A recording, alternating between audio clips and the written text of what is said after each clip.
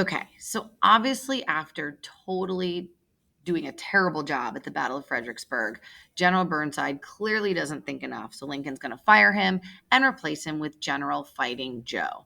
General Fighting Joe is who Lincoln is hoping will take his army to victory. I can tell you right now, it's not going to happen. So General Burnside out, General Fighting Joe in. If you take a look, that now ends 1862. That brings us into 1863. And just as promised, since Jefferson Davis did not surrender the war by the end of 1862, at the very first day of 1863, January 1st, Abraham Lincoln signs the Emancipation Proclamation, essentially doing nothing, but adding a new purpose to this war. Now, this war isn't just about keeping the country together, it also has a purpose based around slavery.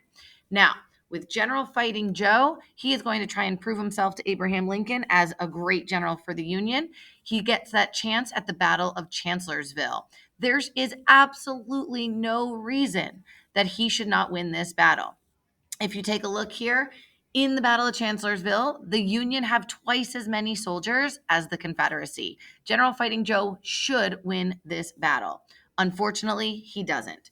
Robert E. Lee does what generals are told never to do. He takes his already smaller army and he splits it into two even smaller groups. The plan is to send General Stonewall Jackson off to the left while he and his part of the army go off to the right.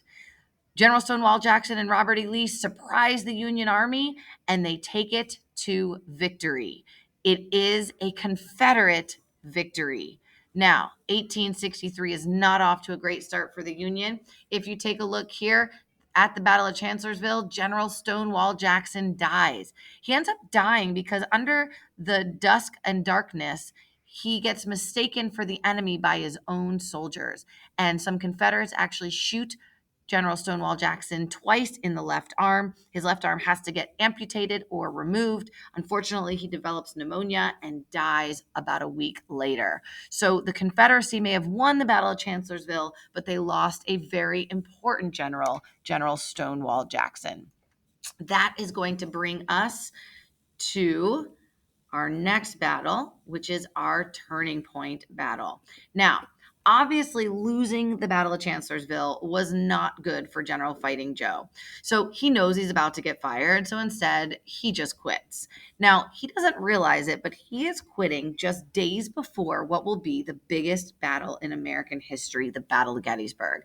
The reason he doesn't know he's quitting right before the Battle of Gettysburg is because no one even knows the Battle of Gettysburg is going to happen. The Battle of Gettysburg happens completely by surprise.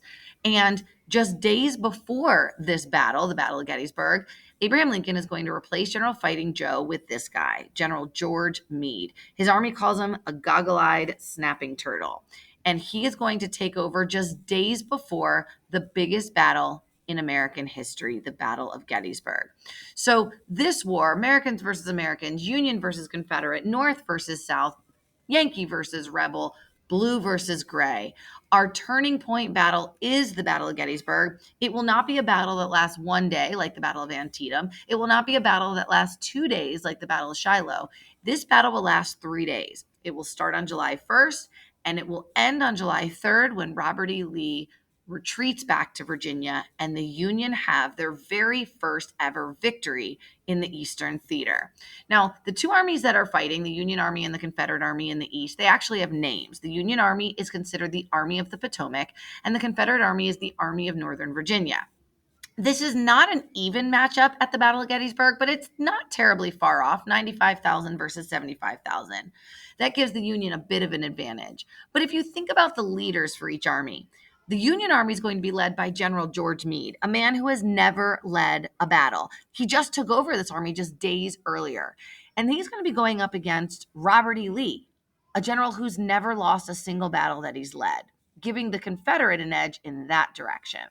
Now let's talk about why Gettysburg. Well, even though the Union hasn't been doing very well in the Eastern Theater up until this point, the Anaconda Plan is really starting to work, and the Confederates are really struggling with a lack of supplies. So Robert E. Lee decides he's going to try for the second time to bring the fighting out of the South and into the North. One, to show the North how bloody and gross and terrible battle is, to maybe make them stop wanting to continue this fight. but also to get supplies. So the reason that this battle ended up in Gettysburg in the first place is if you take a look at this map, pretty much any road that the armies would march up or down pretty much lead to the same place, Gettysburg. So if an army was marching down Fairfield Road, they'd end up in Gettysburg. If they were marching up Baltimore Pike, they'd end up in Gettysburg. And what ends up happening is the blue represents the Union Army. They're just kind of doing their thing, marching up here through Gettysburg, really not aware that the Confederates are nearby at all because the Confederates never come into the North. Now, the Confederates are over here and they're marching to the North here. Now, even though these armies are super close to each other, they can't see each other. They don't know the enemy is so close because this black squiggly line represents the mountains. There's mountains between them. So the enemies don't know how close they are. Well, they end up running into each other completely by surprise on July 1st, 1863, which starts the 3-day battle, the Battle of Gettysburg. It starts on July 1st, goes through July 2nd, and ends on July 3rd with a Union victory.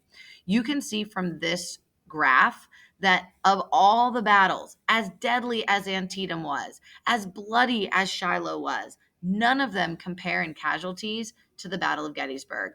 51,000 men killed, wounded, missing, or captured in just 3 days. And of those 51,000, 10,000 bodies lay dead on the ground at the end of the battle. Now, at the end of a battle, the armies just leave. That means these 10,000 dead are now the responsibility of the people who live in Gettysburg. And 10,000 dead bodies in 90 something degree temperature, they start to stink. And so the people of Gettysburg try to handle the situation by just digging shallow graves for these men. But the very next day, pouring rains wash the dirt away. And they realize they're going to need to kind of do something a little bit more permanent. And they decide to bury these 10,000 dead in a brand new cemetery they're going to build in Gettysburg. And that's going to take a few months. And we'll talk about that cemetery a little bit later on. Now, as the Confederates are retreating back to Virginia, Abraham Lincoln says to General George Meade, go after him. Take out Robert E. Lee and his army once and for all. End this war for me. But he doesn't. And the reason that he doesn't is this battle was deadly on both sides. Yeah, the Confederates had over 28,000 casualties in these 3 days, but the Union had over 23,000 casualties.